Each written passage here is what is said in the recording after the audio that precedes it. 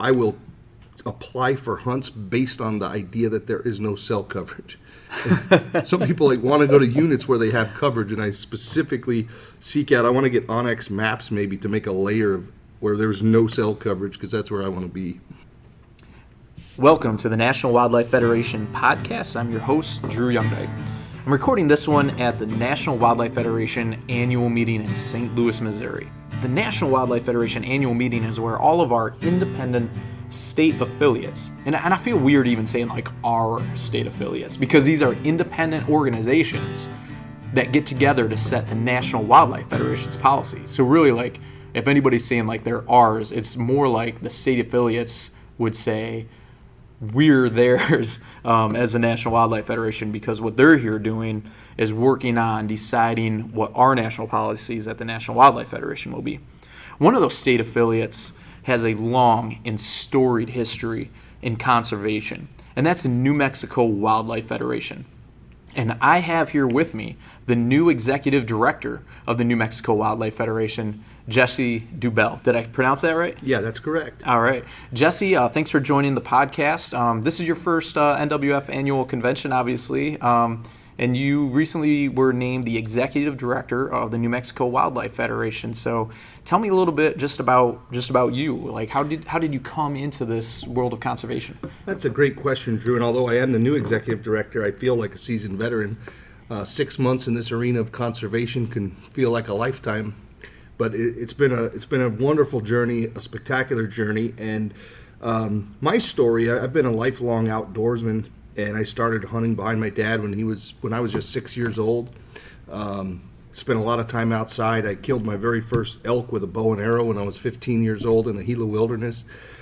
But professionally, I was actually a custom home builder and developer, which gets a lot of people's attention when they learn that I'm the executive director of a powerful conservation organization, yet my background is actually in real estate development. That definitely lifts some eyebrows. But what's really interesting, even while I was a home builder, I was the president of the United Bow Hunters of New Mexico, and we were working on these conservation issues. And what was happening is I was spending all day developing lots for custom homes, things like that, tearing down wildlife habitat. And then after work, I'm going home and working on conservation issues. And it was a very weird dichotomy, but it's one that provided me with a very rich perspective from both sides of the issue, if you will. I understand the industry perspective, and I'm able to use that understanding to better the conservation goals of the New Mexico Wildlife Federation, the National Wildlife Federation, and so many other great conservation orgs who are working to make the world a better place and increase habitat for wildlife and all those kinds of things. And with your roots growing up hunting and fishing as well, what are the species that you like to pursue most? Boy, New Mexico, we have 8 different big game species to hunt. We've got a super diverse population of animals, and I like to tell people that I'm really hunting the experience and I'm hunting the place. So my favorite hunts revolve, I think, more around the place than they do the actual animal itself. But my very first hunt that I went on when I was 6 with my dad was for mule deer up in the Carson National Forest. The very first hunt that I actually harvested an animal was down in the Aldo Leopold Wilderness, coincidentally, and that was a Merriam's gobbler that I took. And then the very first big game animal that I harvested was a pronghorn antelope, and that was on a rifle hunt when I was 12.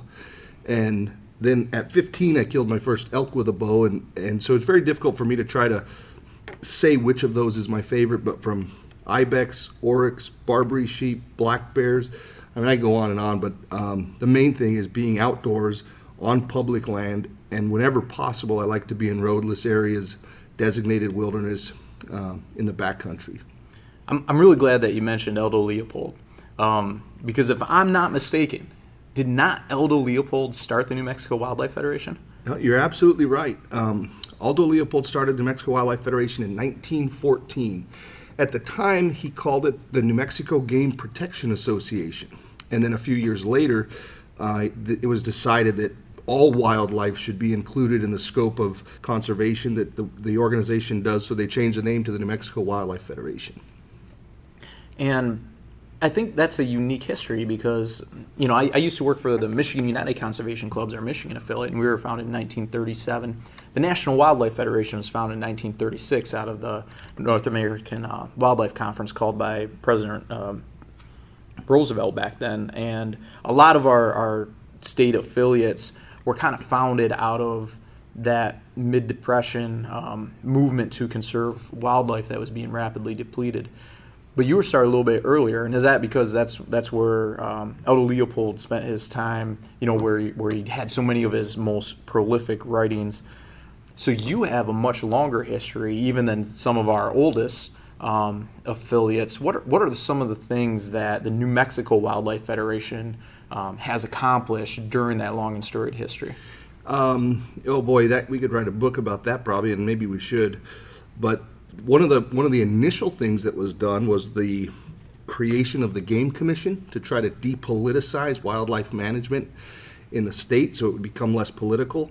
I believe if I got the date right, it was on June 3rd, 1924 that the first designated wilderness in the United States was created down in the Gila. And that was work done by Aldo Leopold Wilderness. I don't know that I would credit the New Mexico Wildlife Federation specifically, but that was certainly our founder who was doing that work at that time.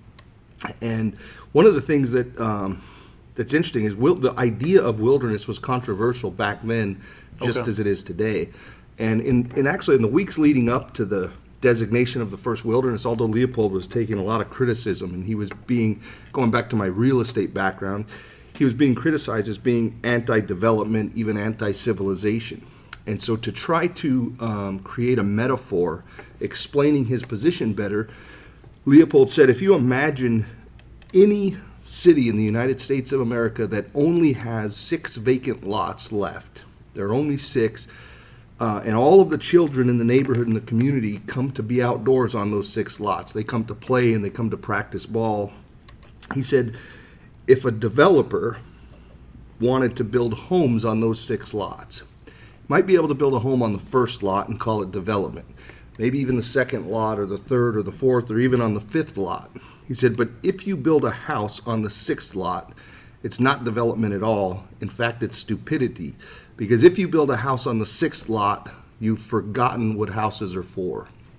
And I felt like that was a very profound statement that explains the importance of wilderness and also the importance of wilderness to the people that it serves. Well, and it must have really appealed to your sense of conservation, especially with your background as a home builder and as a developer, that you bring that experience and that perspective to a quote like that and then match it to your experience in the wilderness. What is it about wilderness that makes you as an individual and the New Mexico Wildlife Federation as an organization and Aldo Leopold back then, what is it about wilderness that is so enticing, that is so drawing, that we love?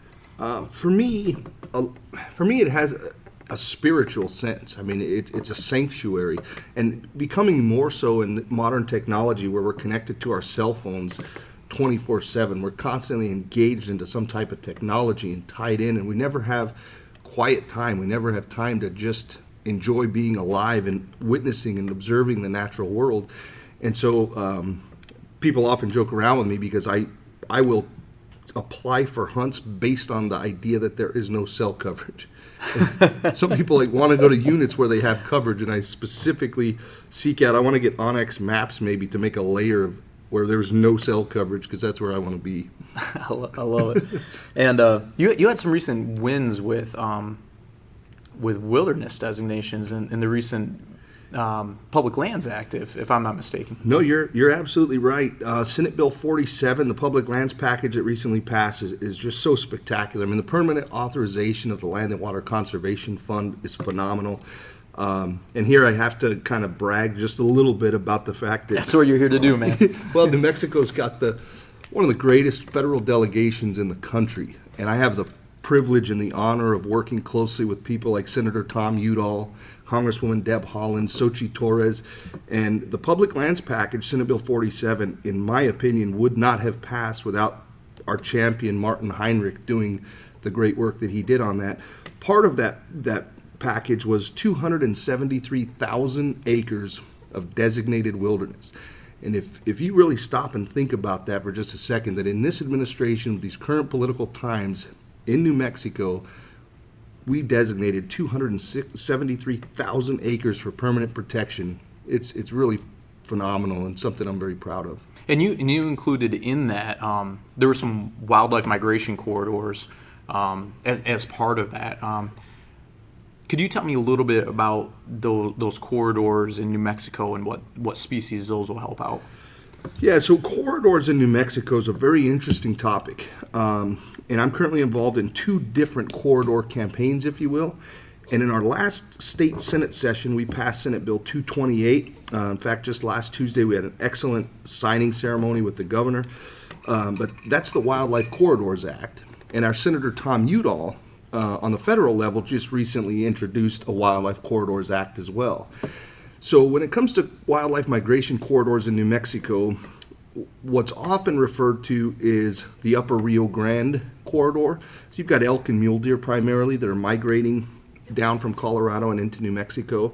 Also in the northwest part of the state, you have the same type of mule deer migration primarily.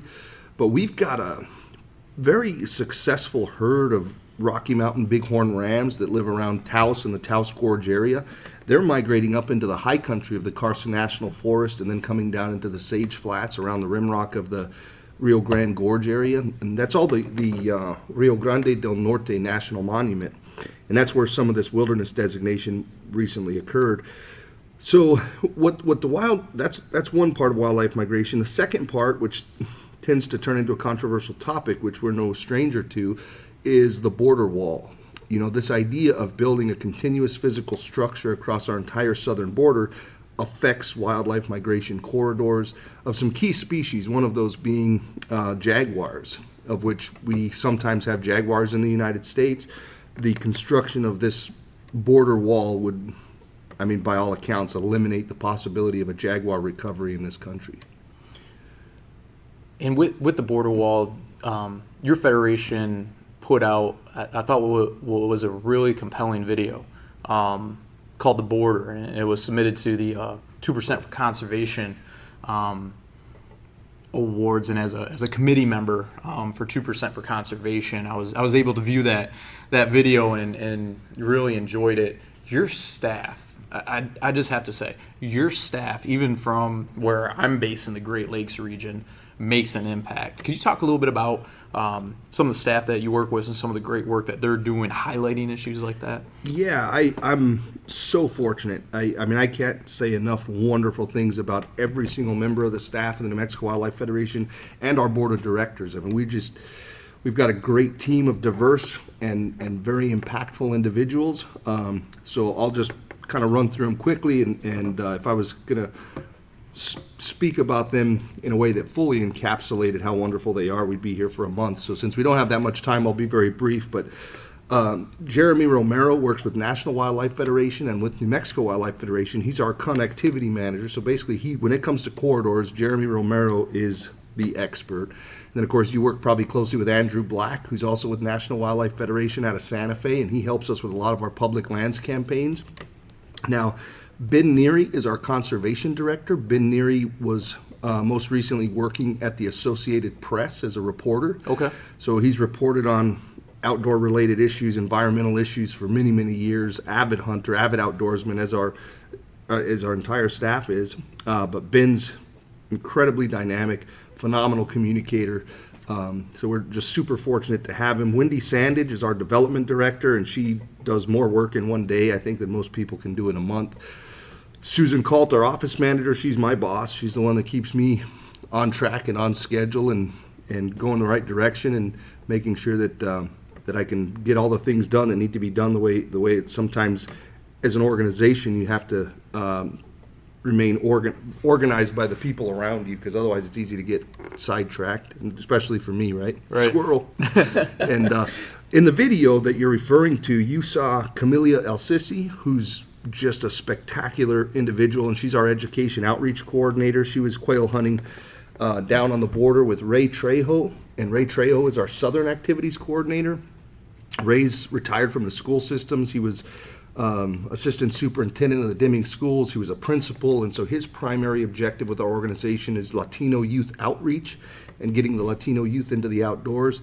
And Thomas Gomez is our online media director. Thomas Gomez is the one who helps with corporate sponsorships, website development, all of those things. And he's a trained shooting instructor, just an incredible mentor.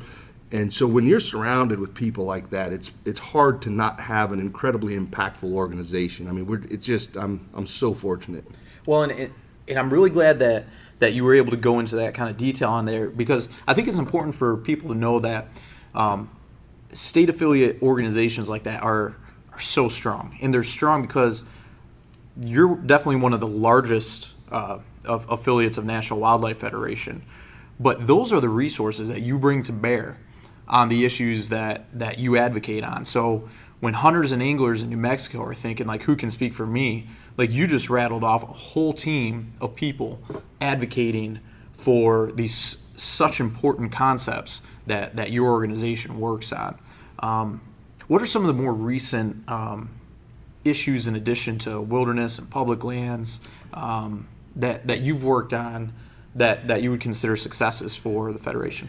Yeah, so I'll get into a couple of different things, and this is another opportunity for me to mention one more staff member who kind of does a lot of things behind the scenes. He's on the ground doing habitat restoration work. But we've got Alan Hamilton, who's our essentially wetlands restoration director. He's a project manager that does work mostly on Bosque del Apache National Wildlife Refuge, but anywhere in the central Rio Grande corridor. So we do some super impactful habitat improvement type work, removing invasive species like salt cedar and things like that, which has been spectacular.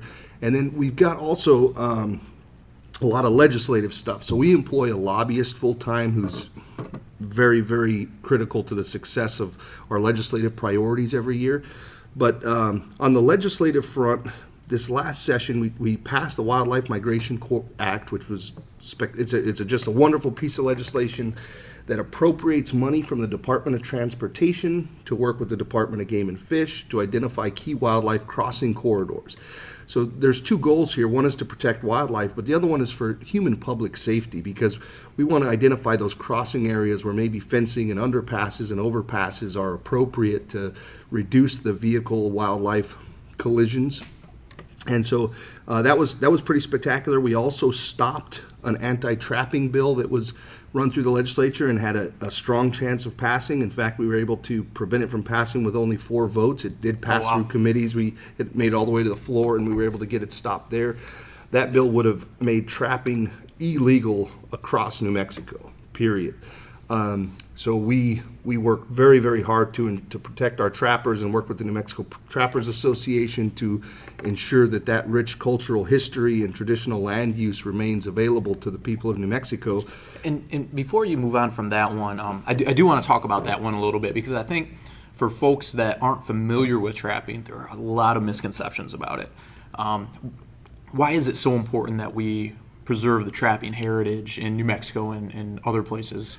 Well, there's a few different components to it, but one of those components is actual population management. I mean, the species that are being caught by trappers are typically so elusive, in some cases nocturnal, that regular hunting methods aren't an effective method of take for those types of species. The second thing is people's livelihoods are at stake. I mean, trappers in New Mexico, the majority of them are supplementing their income through trapping. There are some, though, whose primary income is the sale of furs. And when you study in detail the North American model of wildlife conservation, you'll find that trapping is legitimate use. Trapping is the legitimate purpose. And so it's acceptable and it's appropriate, and there's ways to do it that are appropriate, and there's ways to do it that are not appropriate. And so what we support is well-managed, ethical principles to govern trapping across New Mexico. And we want the State Game Commission to be responsible for coming up with those rules that regulate trapping. I mean, there's harvest limits, it's a well-regulated practice. And I think part of that regulation is something that's not well understood. When I worked for Michigan United Conservation Clubs, one of our affiliate clubs there was the Michigan Trappers and Predator Callers Association, and they did a trapping education class, and they put those on for anybody that wants to do that. And you have to take that there if you want to traps, just like hunter safety education, and they put that on for their staff, so we understood a little bit better. There are no teeth jaw traps. That doesn't happen anymore. Right. Like I don't even know of a state where those would be allowed. So that's not they're it's like putting handcuffs on, just holds them in place so they can be dispatched cleanly, and that's something that we learned through that. And so I think some of those misconceptions about trapping sometimes color the narrative about it in a negative light that sometimes overshadows the actual legitimate use in wildlife population management and just living off the land that it allows.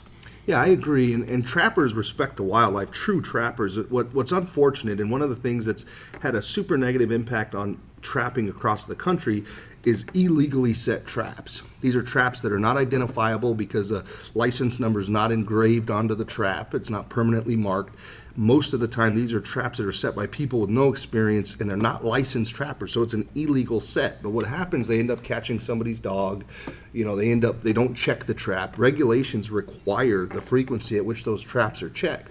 So as a non-consumptive user, if you're hiking in an area and you see a coyote or a bobcat in a lake hold trap, and it remains there for days, that's completely inhumane, right, completely unacceptable, and against the rules, and against the law. Yeah. So what you're dealing with there is a poacher, I would argue, right, and not a trapper. And unfortunately, trappers get blamed for a lot of activities that are being conducted by poachers, not actual licensed trappers. Well, and I think because of some of that misconception, I think it speaks to the effectiveness of your organization to be able to block something that probably had it gone through, general public wise, may not have held their feet to the fire. So for your organization to be able to elevate that issue and stand for what's right for wildlife management and the North American model of conservation, even when public sentiment, in some cases based on misconceptions, might have pushed it the other way, that speaks to the effectiveness of what your organization can do in the state capitol. And what you mentioned there too with the illegal traps, there's something that reminds me of another issue that you worked on, and that's the perception that happens when people do things with wildlife that are wrong, or unethical. And you were founded by Aldo Leopold, who's kind of along with Jim Posowitz, one of the fathers of conservation and hunting ethics. He had a great quote that I will probably butcher trying to remember on my own, but he says there's a peculiar virtue about wildlife ethics is that when the hunter is afield, there's no gallery to applaud or disapprove of his conduct, and the importance of that cannot be overstated. But we live in a different world now. Now there is a gallery. Now there are other people out there on the lands that we might have. There are cell phone cameras. There are people posting their own idiotic things to social media. And when those things get posted and shown, support for legitimate wildlife activities like hunting and trapping takes a hit. And I say that as an entrance to one of the recent bills that you passed dealing with coyote management. What happened there? Well, I'm glad you asked, Drew, because it was an interesting legislative session, because while we were defending trappers with everything we had in us, I mean, we really stepped up to ensure that we defended the trappers, because there's not enough trappers to defend themselves. The trapping community is very small, and so they needed our support, and we were there to support them. But simultaneously, we were supporting a bill that was put out by a lot of the same groups that were trying to ban trapping, and we were supporting them on a bill to end coyote calling contests in New Mexico. So as of now, this bill passed. It was signed by the governor. Coyote killing contests in the state of New Mexico are no longer legal. So coyote hunting is still allowed. Coyote calling is still allowed. You can still go out and hunt and call coyotes. What's not allowed is the contest aspect of it, the prizes, the awards, these things. And there's a handful of reasons we took the position we did, but first and foremost, it was a violation of the North American model. It violated two tenets. One, it wasn't legitimate use of the animal. And what I mean by that is these contests, a lot of times these coyote carcasses are in the back of a pickup truck for 2 days or 3 days while they're waiting to be counted and judged, and during which time the hair is slipping. There's just very few cases of the furs even being utilized from the people who are taking this wildlife asset off the landscape. The second violation is the commercial hunting. It's essentially the commercialization of wildlife. You could consider it to be market hunting when you're paying somebody for winning a contest. But on a deeper level, the perception was terrible. I mean, I've seen some of these flyers that provide a prize for the ugliest dog. They have the ugliest dog prize, or the smallest dog prize, or the biggest dog, or the most dog. And as hunters, I feel like it's very important that we portray ourselves as lovers of wildlife. And I certainly love wildlife. And it's always been hard to answer the question to people who don't hunt, who say, how can you say you love that and then shoot it? That's a very deep question that requires lengthy and honest discussion. But I don't know how you can engage in that discussion, meanwhile be posting a flyer that says we're going to provide a monetary gift if you can kill the ugliest dog on the land. That it's very contradictory. The other thing that I noticed at play here is, as hunters and conservationists, we often say that we need to have science-based wildlife management. We have to manage based on science, not emotion. I've said that so many times over the years. If I had $1 for every time I said it, I could be retired. But the science proves that these killing contests are not an effective tool for coyote management. I mean, the resilience of the coyote species is unmatched anywhere else on the planet, if you ask me. And they're so adaptive. And the contests are just not an effective management tool. So as hunters, if that's what the science says, and we say that we need to manage wildlife based on science, then I think we need to be honest with ourselves and understand what our position on that issue should be. And you took some heat from that. Oh yeah, and I continue to. I do personally, and the Federation does as an organization. And I can understand the perception of it to some people who are not working in this arena every day. Again, I'm supporting groups who are trying to ban trapping, but I'm supporting them specifically on this issue.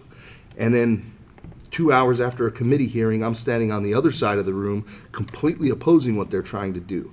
But I think if we're going to make huge gains in the conservation arena, and those have to be made now, I mean, 1 million species at risk of becoming extinct, the conservation discussion needs to be broadened.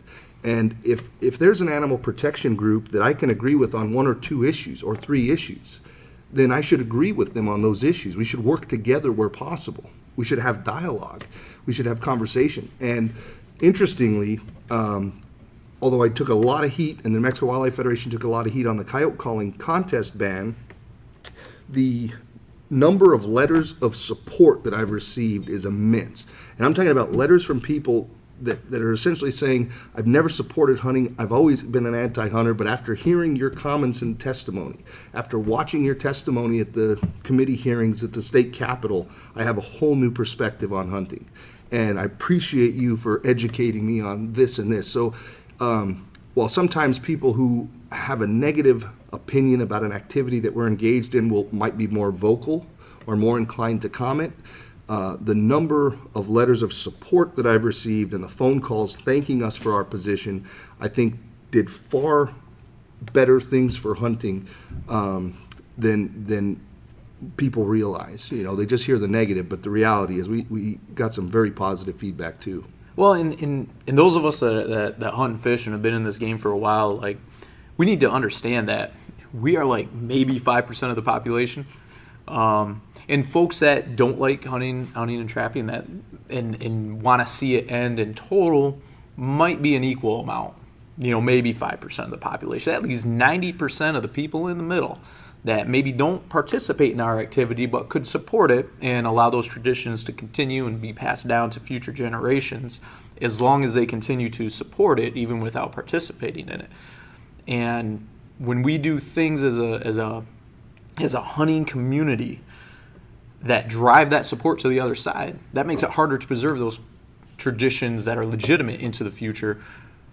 Hearing your story, man, you might have taken that 5% anti number in your state and knocked it down to 4%, and maybe taken that 5% participation rate and jumped it up to 6%. Yeah. And you have to look at those numbers, and polls go out, and there's great pollsters that do that kind of stuff. But when you see those polls, you understand really all of our future as hunters and anglers in a democratic society hang by a thread. They hang on the margin. And those margin calls are those tough ones that you had to make, where you're simultaneously defending trapping and you're simultaneously ending coyote contests. But what I loved about your answers about both of them is both of them were based on scientific wildlife management and the North American model of conservation. So while I often hear something like that, and being in the communications field and studying poll data, I'm always thinking about the public perception. And while the public perception is an important part of that, you base your decisions on both of those, on scientific wildlife management and the North American model of conservation.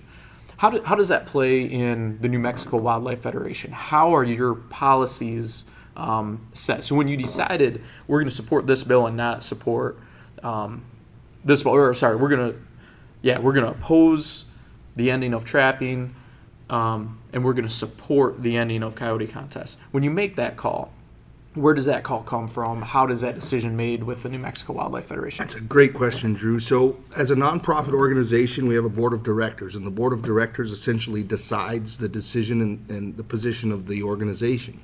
But one of the things, in addition to the North American model, which is our reference, is our primary reference material that we're going to go back to time and time again when it comes down to making decisions. But in addition to that, I don't take it lightly at all that I'm following in the footsteps of Aldo Leopold, who's one of my absolute heroes. I have a brand new poodle pointer dog at home, and she's named Estella after Aldo Leopold's wife and daughter. And so we actually go back and read the Sand County Almanac. We look at the writings of Aldo Leopold, and as cliche as it sounds, I ask myself, what would Aldo do? I mean, if Aldo Leopold, I'm in his shoes, I'm continuing a legacy that he started. But if he was here instead of me, the world's changed a lot. Things are different now than they were then. But he's written enough wonderful things that I can generally feel confident that I can go back and research those things and then make the decision. If he was here, what would he do? What would his position be? So when the board of directors of the New Mexico Wildlife Federation actually voted on our position on the coyote calling contest ban at a board meeting prior to the legislative session starting, the board decided we were going to remain neutral on the issue. So the board said we're not taking a position because we recognize it as being too controversial. We're afraid it's going to upset a lot of our members. We have, a lot of hunters that are avid hunters that are not going to appreciate if we support this bill introduced by these other groups who are not necessarily in favor of hunting. And so that was the decision. Well, I was on the job about a week at that point, maybe. I'd just gotten the job. The board voted. I was fairly complacent. I accepted the board's vote, and a few days after that, I'd hired Ben Neary as our conservation director. And Ben came to me after work one day in the office, and he said, hey, regarding our position on coyote killing contests, and he said, I think I'm going to change the word so that there's no profanity in the podcast, but he said, basically, I think that's a chicken move to do. I think that it's pretty weak of the state's largest wildlife advocacy organization to not take a position on the state's most controversial wildlife issue. This is the biggest issue in our state legislature right now, or one of the biggest wildlife issues. And as the state's leading organization, you're just going to say we're not involved, we're not taking a position, we're going to hang out on the sidelines. And he called me out on it. He said that's weak. That's absolutely weak, and I think, basically you need to become stronger. And I lost sleep over that. Talk about trial by fire. Yeah, I mean, here's a guy if you meet him, I think he's 6 feet 8 inches tall. He can intimidate you. He's a phenomenal guy. He's just spectacular. I love him, but I just hired him. I mean, it was just a couple days in the job, and he comes in my office and just lays into me. So I lost some sleep over that. I thought, man, but he's right. He spoke up because there's something he believed in, and he was absolutely right about it. So I called the board president and I said, I think we need to reconsider that vote. And can we write a resolution? I'm going to send it to you for distribution to the rest of the board members. And it's my opinion that we should vote to support the ban. And the board president said, do you realize what you're getting into here? I said, yeah. He said, well, you just started this job. Don't you think you have enough on your plate without dealing with this? And I explained what Ben had told me. and the choice was clear. So the vote went back out, and the board came back with a new decision, and that's the decision we ran with. And I have absolutely no regrets about it. I feel like we did the right thing, and the benefits far outweigh any of the negative feedback we got. And I will say, I mean, I was called, I don't know how many times I was called an anti-hunter. Right, with green decoy, we get all that stuff, right? but I was called an anti-hunter multiple times, and those who know me well know that that's the furthest thing from the truth. It's hunting and angling is what's on my brain 24/7. But it's so clear to me, and I hope it becomes clear to other people, that this decision that we made and this position that we took was absolutely to protect hunting for my son and future generations, and so. It wasn't an anti-hunting decision at all. Yeah, and I think too often the easy decision is a neutral position. There are times when the neutral position is the right position on certain issues, but exhibiting that bravery for wildlife, for the bedrock conservation model that conserves hunting and the heritage and the tradition into the future, I think is part of why I really wanted to get you on this podcast and talk about what your organization does. What do you see coming down the line for the New Mexico Wildlife Federation in the near future? Well, we've got some huge and lofty goals. Some really exciting stuff. We have exciting on-the-ground projects, some of which I can't get into too many details. They're in the preliminary stage. We're starting discussions about the possibility of researching a Gunnison sage grouse reintroduction in northern New Mexico. We have no sage grouse in northern New Mexico currently. And the Gunnison sage grouse is a subspecies that historically lived there. So that's huge. We're working on some big plans to increase the number of acres of public land in the state, which is a major change compared to our defensive position that we've had to have historically, where we're fighting to keep public lands in public hands, as we always say. But this idea now that we're working to increase the number of public lands is pretty invigorating. And there's a lot of issues with the opportunity for the sportsmen and women of New Mexico who are residents. The resident, non-resident allocation of things like hunting tags in New Mexico is very, very flawed, and it's something it's needed to be fixed for a long time. We just got a brand new game commission appointed, and I think it's time that we address some of these injustices that have been going on at the detriment of the resident for so many years. So that's going to be a big part of our priority list. So if somebody who hunts and fishes, lives in New Mexico, or hunts and fishes in New Mexico, wants to support the work that you're doing, the work of an organization that takes strong, brave stands on behalf of wildlife and conservation, organization with a storied history from one of the greatest conservationists of all time that is continuing that tradition, where can they find more information? How can they support you? They can go to nmwildlife.org, just like newmexicowildlife.org. You can also find us on Twitter, Instagram, Facebook, all of the different social media platforms. We do some incredible events every year. I mean, I encourage people to contact me and try to make a trip out to New Mexico. Let us show you some of the landscape and some of the things we're working on. Well, we have big annual meetings and gatherings, some really great things. We have a lot of support from the hunting community there.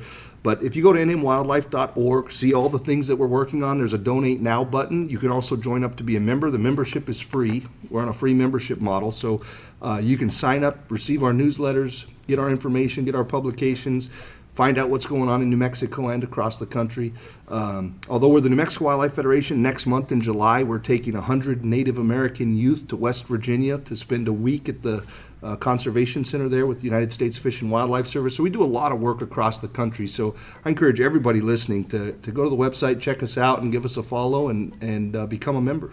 And if I'm not mistaken, because we talked with Martin Patelis of Hunt to Eat not too long ago. I think Hunt to Eat has a New Mexico Wildlife Federation shirt that you can purchase, and a portion of the proceeds from that they send to you to help with your work too. That's exactly right. Yep. Yeah, Martin Patelis and Hunt to Eat is a wonderful partner. In fact, Camelia El Sisi on our staff, she's an ambassador for Artemis. She's also a brand ambassador for Hunt to Eat. And so, yeah, they can buy the Hunt to Eat New Mexico shirt on our website, or they can get it directly from Hunt to Eat, but it does benefit the New Mexico Wildlife Federation. So huge thanks to Martin when he came out to do that. He spent some time in New Mexico. We got to show him some of our great state and do a little hunting while he was there. And we encourage everybody that takes an interest to come on out and spend some time with us. Well, that's terrific. This has been the National Wildlife Federation podcast. Jesse, thank you so much for joining and being so open about the work that you do and the important work that your federation does. And similar to the Hunt to Eat collaboration with the New Mexico Wildlife Federation, this podcast is actually supported by RepYourWater, who has a similar partnership going with our Great Lakes Regional Office to help us reduce the spread and prevent the spread of Asian carp in American waters, and we appreciate that partnership as well. Thank you for listening to the National Wildlife Federation Outdoors Podcast. We'll provide the links in the show notes, so check those out so you can go check out the Hunt to Eat New Mexico Wildlife Federation t-shirt and check out the actual work that the New Mexico Wildlife Federation is doing. Join and become a member. Thank you very much. I am your host, Drew Youngdyke.